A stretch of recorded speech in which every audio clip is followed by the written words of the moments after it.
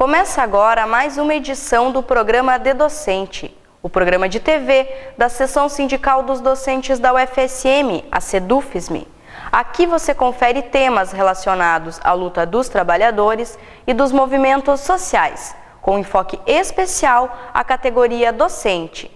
Na edição de hoje, teremos uma entrevista com Karina Correia, do movimento do Luto à Luta, sobre a ocupação da Câmara de Vereadores e os desdobramentos. Informações sobre a 58ª edição do projeto Cultura na SEDUFSM. Uma reportagem sobre o resultado das eleições para a reitoria da UFSM. E imagens que ajudam a entender o contexto em que ocorreu a ocupação da Câmara de Vereadores. Além das notícias da semana e do comentário semanal de Humberto Gabi Zanata. Na última terça-feira, dia 25, mais de 500 pessoas ocuparam a Câmara de Vereadores de Santa Maria. Dentre as reivindicações estava a exigência de mudanças na Comissão Parlamentar de Inquérito, que investiga o incêndio na Boate Kiss. Para falar sobre essas mobilizações, está conosco hoje, no De Docente Entrevista, Karina Correia, do movimento do Luto à Luta. Na última terça-feira, dia 25, a Câmara de Vereadores de Santa Maria se viu ocupada por mais de 500 pessoas.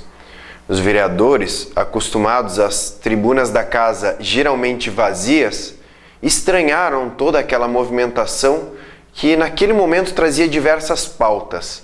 Entre elas, duas especiais, a questão do transporte público e a questão da Comissão Parlamentar de Inquérito, que investiga as responsabilidades administrativas sobre o incêndio na Boate Kiss.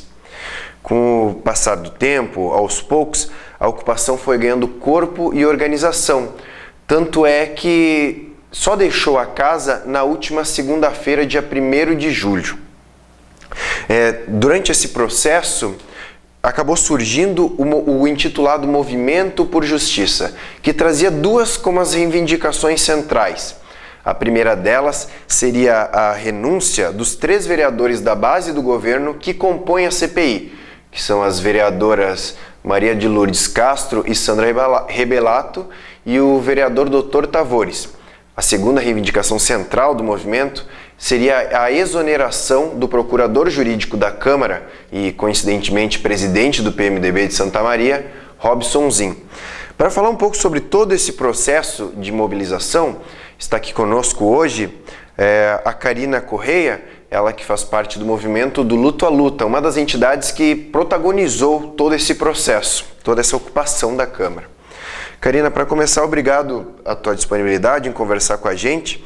E eu já queria perguntar de início como é que foi participar desse processo, porque a impressão que a gente tinha quando estava lá na Câmara era que justamente lá tinha uma relação, um encontro interessante entre o apoio do movimento estudantil, que acaba por diversas vezes durante seu período na universidade tendo experiências como essa, de ocupação de reitoria, de ocupação da Câmara, e ao mesmo tempo a Associação dos Familiares das Vítimas e Sobreviventes da Tragédia, e também o movimento do Luto à Luta, que a impressão que a gente tinha é que talvez não tivesse vivido uma experiência como essa. Tu já tinha vivido uma experiência como essa? Como foi participar desse processo? Eu também agradeço o espaço. Nós, do Movimento Santa Maria do Luto à Luta, às vezes temos bastante coisa para esclarecer a respeito dessa ocupação. Bom, eu sou mãe. Até o dia 27 eu era uma mãe que trabalhava e ia para casa, e uma vida normal de mãe. E daí entrei no olho do furacão quando eu perdi a minha filha lá na boate. Eu nunca havia participado, eu não sabia como se participava desse tipo de ocupações. Me lembro que as primeiras reuniões da CPI, e apenas eu e a Marília. E eu não sabia nem o nome de todos os vereadores, não conhecia eles, sabe? Isso, assim, é uma coisa assim, que nós, brasileiros, temos de não votamos e às vezes esquecemos, né? Então, quando surgiu essa aliança com os movimentos estudantis, a gente se beneficiou bastante disso, porque nós ganhamos experiência, nós vimos outros pontos de vista, o ponto de vista da juventude, né?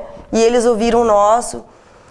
E se formou aquela aliança assim do bem, sabe? As pessoas envolvidas por uma única causa. Pessoas que têm divergências políticas, mas ali passou, não. Vamos todo mundo focar num alvo só, vamos fazer o que a gente tem que fazer. Né? Depois a gente briga lá por causa de de política ou alguma coisa assim. Outro dia a gente vai ter tempo para isso, mas hoje não, vamos fazer o que tem que fazer. Né? Para nós foi bastante assim, enriquecedor, porque a gente aprendeu coisas que a gente realmente não sabia. Todo um processo organizativo também, né? Porque era dividido em comissões, né? Isso assim a gente não fazia ideia, né? Isso aí a gente aprendeu. Tipo, olha como a gurizada é, né? Organizada, né? E foi esses quase 6 dias, foi assim de amadurecimento nosso, né? Porque a tal da coisa de troca, né? Da troca de experiências. E falando sobre o desfecho desse processo que ocorreu com a assinatura de um termo de compromisso do presidente da Câmara, do Marcelo Bisogno, no domingo à noite, eu queria que tu comentasse os 2 eixos centrais desse termo de compromisso. Primeiramente, eu quero que tu comente o comprometimento do presidente da Câmara, do Bisogno, em exonerar o procurador jurídico em até 30 dias. Qual é a perspectiva em relação a isso? Existe o temor de que ele não cumpra? Se ele não cumprir, qual é a... O nosso temor principal era que ele renunciasse devido à pressão, né, dos outros vereadores que estão lá na Câmara, porque ele é político, mas ele também é uma pessoa, né? E a gente sabe que nesse meio, é bem difícil, assim, para nós que nunca tinha visto, tá convivendo com pessoas que tu tá vendo que tá mentindo, e tá falando e mentindo na tua cara, né? E às vezes fazendo uma tempestade em copo d'água, né? O nosso receio era que um presidente da Câmara, o Marcelo, ele renunciasse durante esses 30 dias. E ele renunciando, o próximo que viria não teria compromisso conosco, né? Então era o nosso medo maior, né? Seria esse. E sobre a exoneração do Robsonzinho, por exemplo, como o movimento está lidando com esse comprometimento de que em 30 dias ele será... Não, nós acreditamos que isso vai acontecer. Até então, assim, olha, nós somos pessoas de palavra porque somos pais, né? Somos, né, eu digo assim, estudantes, somos todas pessoas ali de palavra. Eu espero que ele, né, cumpra a palavra dele, né? E eu acho que isso vai acontecer, porque se não acontecer, nós vamos de novo para lá. Isso aí não é negociável. O procurador jurídico da Câmara não é negociável. Nós queremos a exoneração dele e isso não tem. Não tem meio termo para isso, não tem. E sobre o outro eixo o central do termo de comprometimento do que o Bisogno assinou, ele trata como uma sugestão à saída dos vereadores, né, que compõem a CPI, saírem da presidência, da relatoria e da vice-presidência. Só que, ao mesmo tempo, o que se percebe é que a situação deles enquanto coordenadores da CPI ficou quase insustentável, inclusive pelo vazamento da gravação, né? Como que vocês veem esse daqui para frente agora com toda essa crise que se instaurou e sendo que eles seguem coordenando as atividades? Olha, eu acho que eu no lugar delas ficaria envergonhada, não? Envergonhada pelo fato de tudo que a gente viu, né, nas gravações, que eram coisas que nós já, né, sabíamos, né, e que tipo teve que ter a gravação para confirmar tudo. Eu acho que o relatório delas foi vergonhoso, sabe? Tipo, é aquilo ali que a gente imaginava que elas iam fazer, já se esperava aquilo ali, entendeu? Então eu acho que aquilo ali para elas é vergonhoso. Sim. Mas não se trabalha com a perspectiva de que por livre e espontânea vontade elas venham a renunciar aos cargos? Não, eu acredito que não. Eu acredito que não, porque aí nós vemos o amor que as pessoas têm pelo poder, sabe? Que de repente era outra coisa que eu também não sabia, porque eu ia da minha casa para o meu trabalho e cuidava das minhas filhas, entendeu? Eu não sabia que tinha pessoas tão apaixonadas pelo poder, tão apaixonadas pelas coisas, assim, que para mim não tem valor, entendeu? Esse tipo de... Uma pessoa que foi eleita pelo povo para defender o povo e faz tudo isso, sabe? Então, eu acho horroroso, sabe? Eu acredito que elas não vão renunciar a isso aí, eu acredito que não, né? Mas nós estamos de olho, nós estamos vendo o que está acontecendo, assim, ninguém está dormindo, né? E nós estamos sabendo qual é o caminho que nós temos que ir. Inclusive, isso é algo que foi bastante pontuado com a desocupação da Câmara, que isso não representava o fim do movimento. Né? Então, sinaliza-se inclusive a possibilidade de outras medidas mais incisivas como essa. Sim, porque tem várias pessoas, não é apenas o Robsonzinho, são várias pessoas que indiretamente elas ocasionaram a tragédia porque elas não cumpriram com o seu dever que elas teriam que cumprir. né? Então nós vamos por partes. Não adianta também querer pegar todas as pessoas, entendeu? Não é assim que funciona. A gente sabe que o nosso país não funciona assim. Então vamos por partes. Hoje é esse, hoje é aquele. Vamos tentar fazer as coisas da forma correta. Porque nós falamos, nos primeiros dias da CPI, eu disse para a dona Maria de Lourdes, olha, a senhora tem um divisor de águas, a senhora pode realmente fazer uma política correta. Sabe? Eu abri meu coração para ela de mãe, num plenarinho ali que é pequeno, que nós tínhamos um contato direto, assim, ó.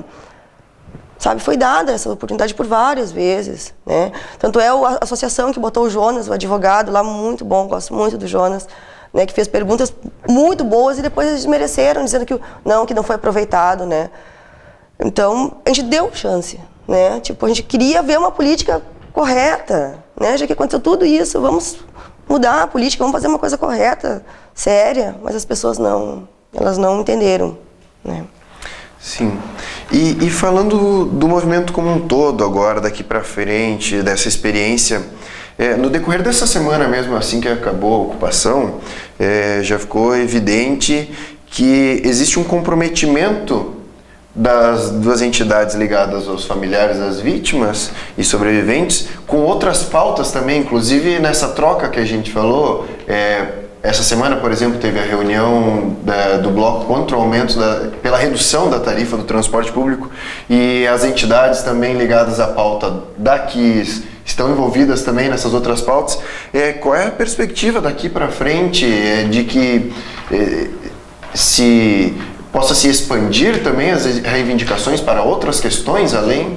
Sim, eu acredito que sim. Eu acho que todos nos movimentos, né, nós temos os mesmos problemas, porque nós somos trabalhadores, nós somos estudantes, nós temos todos os mesmos problemas. Então isso a gente acabou se identificando, né, e abraçando isso como um todo. Não, vamos fazer por parte, vamos a tarifa, vamos pedir a redução. Por quê? Porque a redução da tarifa vai melhorar para mim que trabalho, vai melhorar para minha filha que estuda, entendeu?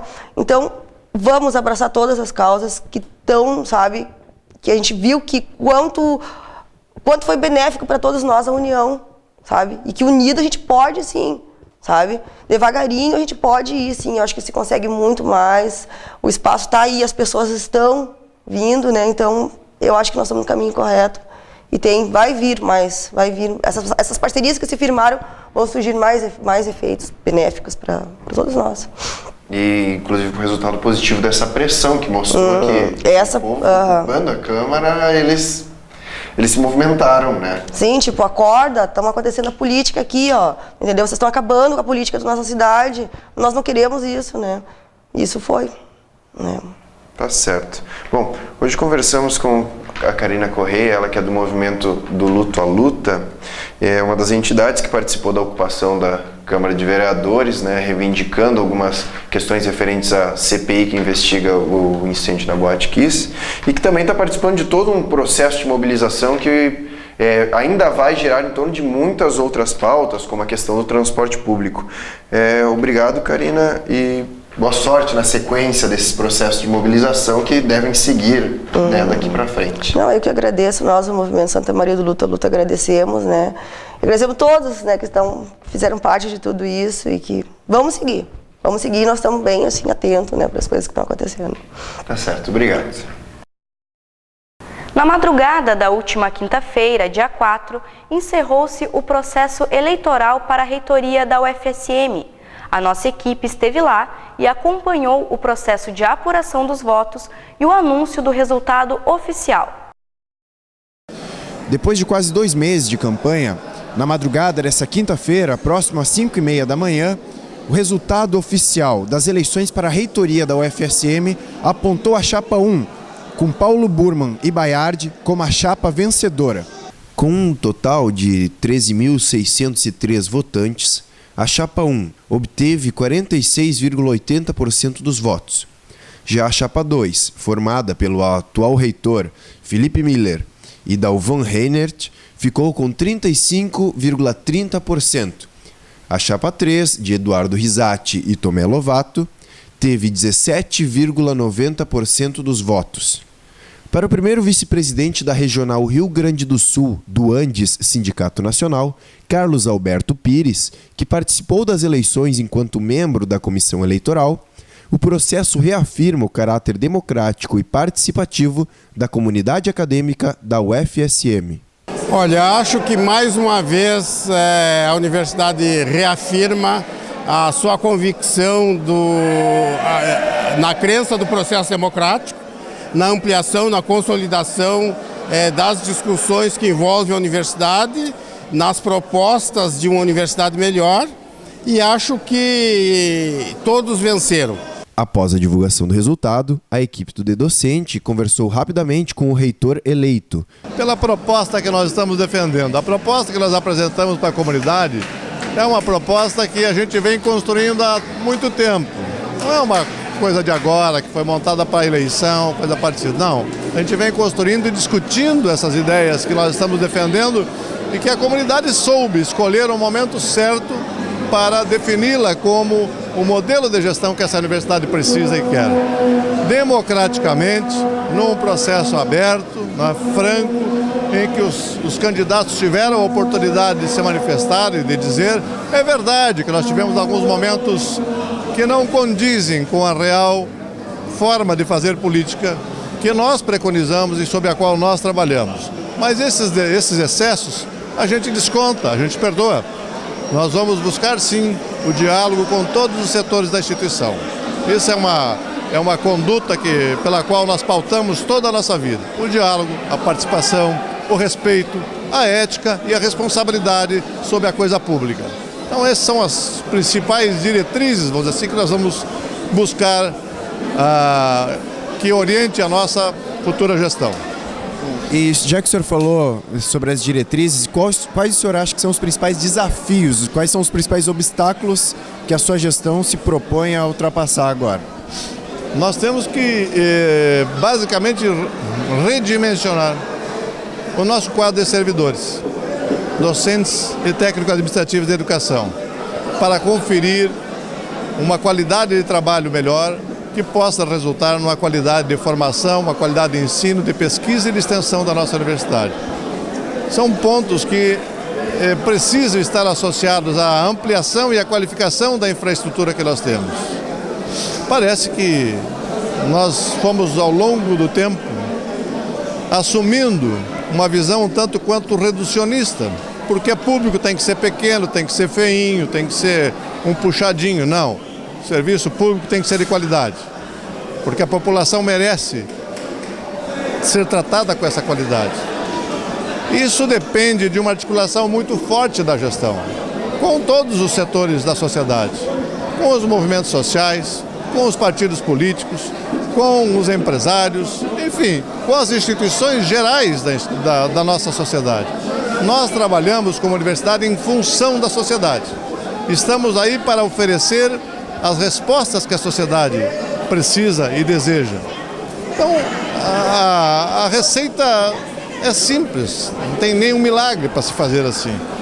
Assim nós agimos nesses últimos 3 anos no Centro de Ciências da Saúde, recuperando uma posição de 3º lugar no cenário da universidade, do CCS, para uma posição que busca à frente em todo esse processo. Somos o 1º lugar hoje em todos os indicadores acadêmicos, inclusive em orçamento.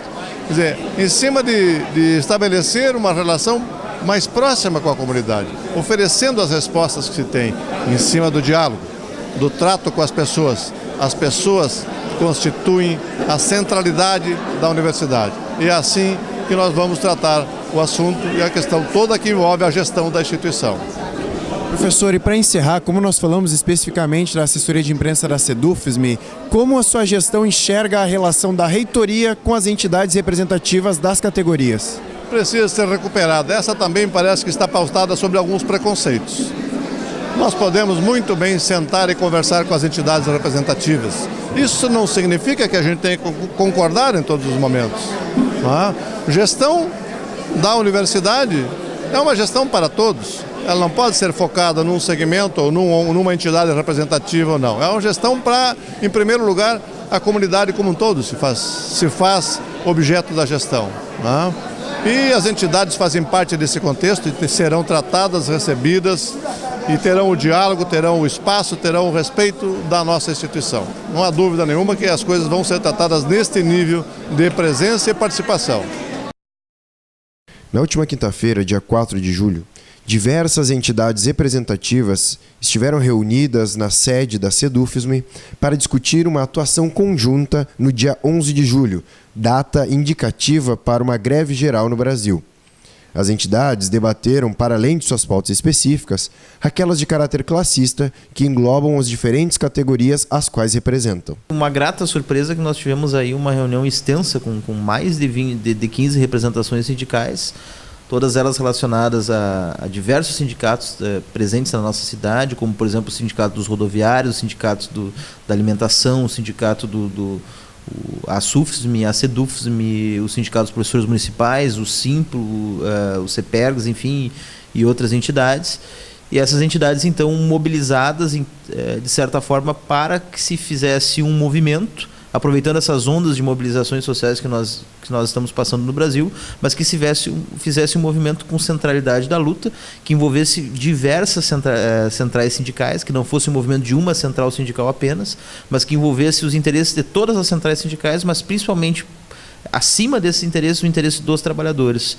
Então hoje foi o ápice realmente desse encontro e dessa reunião, e porque iremos organizar uma marcha, né, uma marcha dos trabalhadores, vai ser o tema da marcha, e nós já montamos materiais para essa marcha envolvendo essas 15 entidades sindicais e também um movimento estudantil presente, o DCE e outros organismos estudantis presentes, para o dia 11 às 17 horas. Mas as nossas atividades no dia 11 iniciarão às 9 horas da manhã, já com manifestações na praça, próximo ao Banrisul, envolvendo todas essas entidades, porque existe uma pauta conjunta dessas entidades sindicais todas, né, que é justamente uma pauta pelo trabalhador.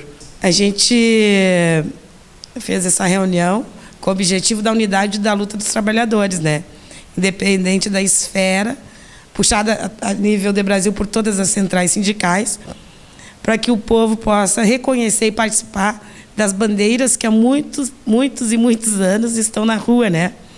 Os sindicatos e as centrais, né?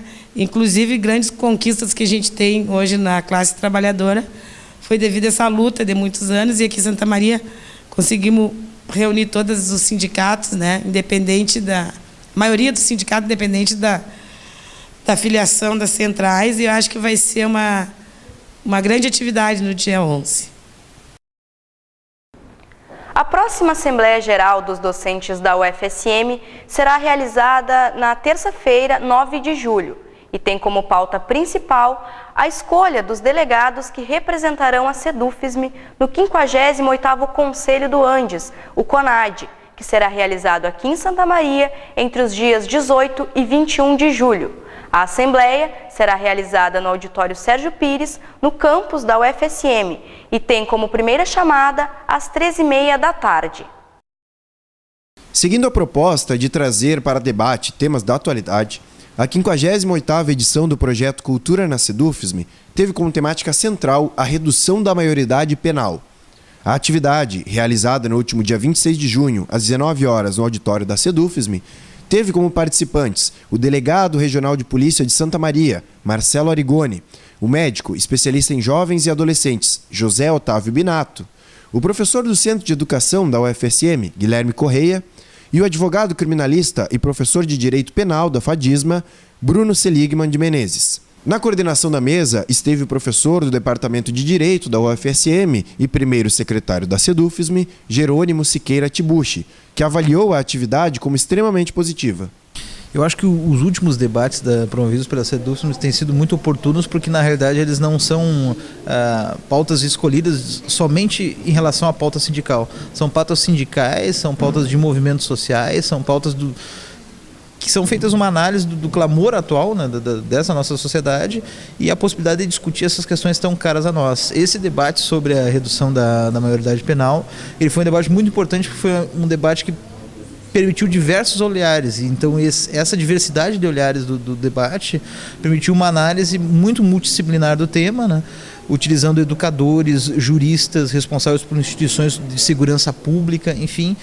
Eu acho que é uma temática super importante, Eu gostei muito do que aconteceu aqui, que foi um debate sem polêmica, sem ficar empobrecendo a questão com brigas de ego. Então deu tempo para cada um, mesmo que estava na mesa, pensar, organizar suas falas e falar em relação ao que o outro estava falando, que às vezes é muito raro. Né? Você tem debatedores, às vezes, que ficam num solilóquio, apresentando a sua ideia e apresentando a sua ideia e apresentando a sua ideia. O que a gente viu aqui hoje foi uma coisa muito mais interessante, que foi as pessoas trocando as suas ideias, debatendo o que o outro falava. E nós estamos vivendo uma crise disso no mundo, né? E a gente teve aqui hoje, brindamos hoje a possibilidade de um debate, o que está cada vez mais raro. E considerando ainda que tinha um público que estava a fim de debater também as questões. Então, acho muito importante. Agora, vamos ao comentário semanal de Humberto Gabi Zanata. Santa Maria não está alheia aos grandes movimentos que o Brasil vive nos últimos dias e que imaginemos e torcemos para que continuem a perdurar por mais tempo na construção de uma consciência cidadã realmente participativa, realmente consciente e, acima de tudo, visando os interesses do bem comum da sociedade como um todo. Esses episódios que Santa Maria também participa e acompanha, e aqui talvez com uma dramaticidade um pouco maior em razão da sua tragédia de janeiro, certamente apontam para aquilo que nós podemos e devemos construir juntos. E nesse sentido de construção coletiva, também tivemos nesta semana o resultado da eleição para reitor da Universidade Federal de Santa Maria, onde todos os segmentos participaram e na manifestação das urnas foi eleito o professor Burman, com o apoio maciço, certamente e determinante, dos funcionários, dos servidores técnicos administrativos e dos estudantes, sem deixar de contar, evidentemente, também com o apoio dos professores.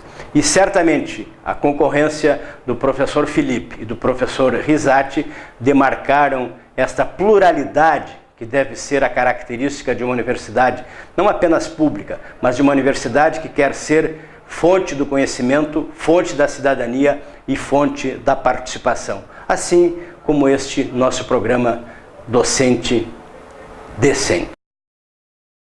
O D-Docente de hoje termina aqui, mas seguirá disponível para o acesso através dos sites da TV Santa Maria e da Sedufisme. Também convidamos você a visitar as nossas redes sociais. Críticas e sugestões ao programa podem ser enviadas para o e-mail da Sedufisme.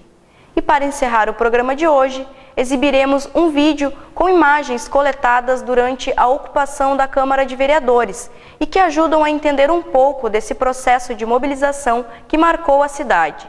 Obrigada pela audiência e até a próxima edição do programa D-Docente.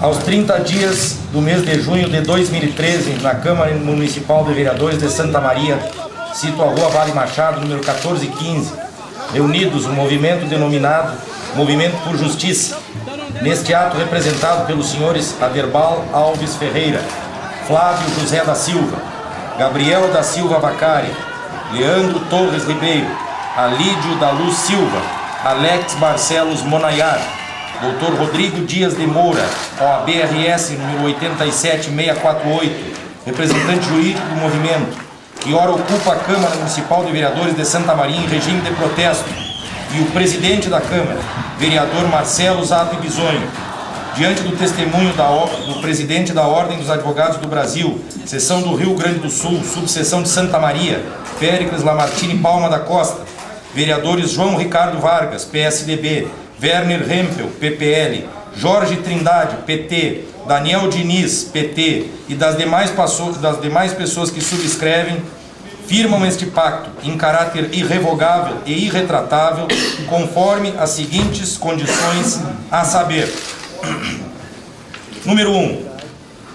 O movimento mencionado anui com a retomada do trâmite da Comissão Parlamentar de Inquérito a propósito da tragédia ocorrida na Boate Kiss em 27 de janeiro de 2013, até sua conclusão regular, em respeito à ordem jurídica e às instituições democráticas. E ainda, manifesta em caráter de sugestão que os integrantes da indigitada comissão, vereadores Maria de Lourdes Castro, PMDB, Sandra Rebelato, PP e Dr. Tavores Fernandes, DEM, renunciem, tendo em conta que os fatos motivadores do movimento são graves e maculam a idoneidade moral e política do Parlamento frente à sociedade. Número 2. No que refere ao Procurador Jurídico do Legislativo Municipal, Dr. Robson Zin, fica pactuada sua exoneração, ao que se compromete o presidente da Câmara Municipal de Vereadores de Santa Maria a determinar em regime formal, nos moldes regimentais, para que seja efetivamente afastado de suas funções no prazo improrrogável de até 30 dias a contar desta data, ficando registrado que o dito procurador já colocou seu cargo à disposição e o presidente manifestou aceite.